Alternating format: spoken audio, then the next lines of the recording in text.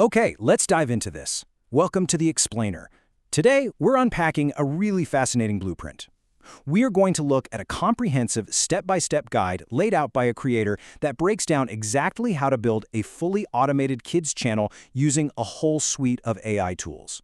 We're taking a completely objective look at this so-called 2026 AI playbook to see how they claim you can go from absolute zero to a fully functioning, monetized animation channel. It is quite the process. So, here's our agenda. We're taking a literal factory tour through this creator's workflow today. First, we'll look at the kids' content goldmine, then setting up the channel, generating AI kids music, creating the visuals, and finally animating the final video. Section 1. The kids' content goldmine and the psychology of the audience. All right, let's start with why this specific niche is just so popular right now. The source kicks things off with a pretty compelling hook. You know, while thousands of people are out there grinding away in highly saturated spaces like gaming or daily vlogging, basic kids content consistently secures massive traffic. We're talking sometimes billions of views. And, naturally, those views translate to revenue. Citing data from Social Blade, the creator states that these simple channels can generate upwards of $32,000, which is about 29 lakh rupees, a single month. Now, to be clear, we are absolutely not endorsing this as some guaranteed get-rich-quick scheme, but these numbers clearly highlight exactly why so many creators are looking at this niche with such intense interest. Now, what's really interesting about this slide is the behavioral psychology driving those massive numbers. Think about it. Adult viewers, well, we're pretty fickle, right? We chase whatever the current trend is, we watch a video once, and we move on. Children, on the other hand, click for bright colors and engaging sounds, and crucially, they watch repetitiously. If you have ever known a toddler who demanded to watch the exact same Singing Fox video literally 50 times in one afternoon, you know exactly how these channels can double or even triple their views over a couple of months from the exact same audience. It's built-in retention. Moving right along to Section 2, setting up the channel, the foundation. Let's shift gears from the theory behind why this works to the actual step-by-step setup of this digital real estate. To truly understand this workflow, you need a mental map of the core 2026 AI tools we're going to be unpacking. Think of them as the cogs in our automated assembly line. The creator relies heavily on ChatGPT as the brain for ideation and prompting.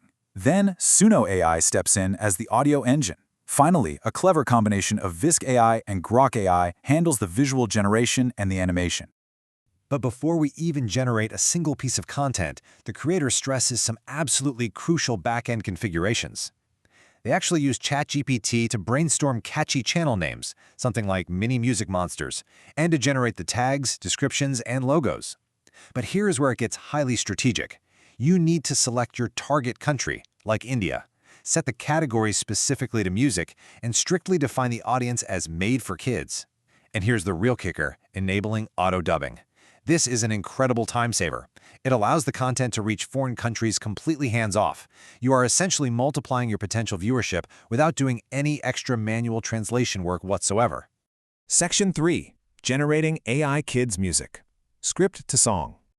Okay, so we're heading down the assembly line to the first major piece of actual content creation, the audio track. Now, the creator doesn't just lazily ask AI to write a song. No, they detail highly specific parameters to feed into ChatGPT to generate a unique professional song script. By specifying things like the subject, say a fox, the exact 2-minute video length, the target demographic of 6-year-olds, the language being Hindi, and even requesting kids' voices, ChatGPT outputs a highly tailored script. It's perfectly calibrated for that repetitive childhood viewing we talked about earlier. Once ChatGPT hands over that perfect script, it's time to actually make the music.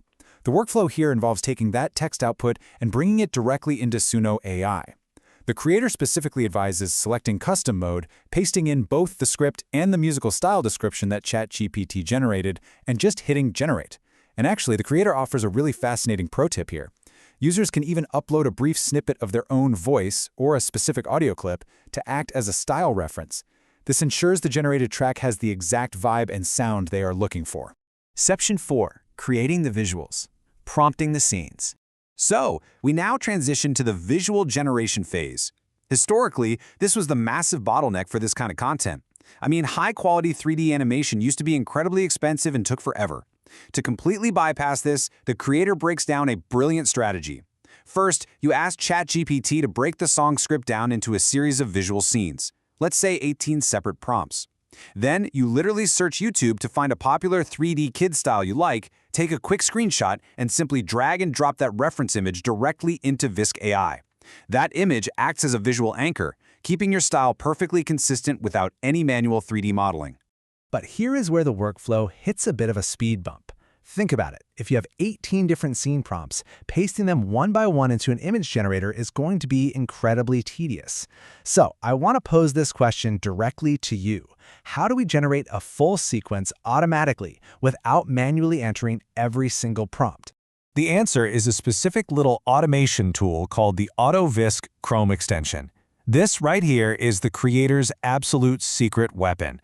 By pasting all 18 of those ChatGPT scene prompts into this extension at once, it automates the simultaneous generation of the entire image sequence. It's brilliant. This is the exact step that bypasses the manual entry entirely, turning what could be a clunky AI workflow into a true hands-off assembly line. Section 5. Animating the final video. Bringing it to life.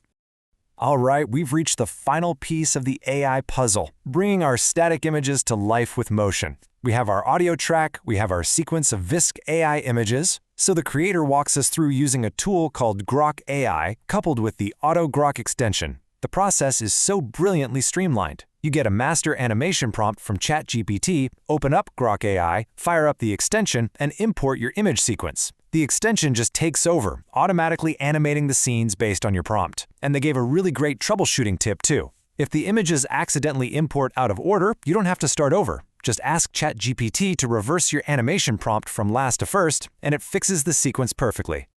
So the crucial point is that all of these complex AI generations ultimately culminate in one incredibly simple final step. You take your animated visual sequence from Grok AI, you take your finished catchy audio track from Suno AI, and you just drop them both into a standard video editor like CapCut. You sync the audio to the visuals, and boom, your automated kids video is complete and ready for upload. And honestly, this workflow brilliantly illustrates the massive shift happening in digital media right now. As the creator points out, what once required an expensive, dedicated team of 3D animators, writers, and professional music producers is now almost entirely free. And it's incredibly fast to produce for a single person just sitting at a laptop. It completely democratizes content creation. But it definitely leaves us with a massive question to ponder.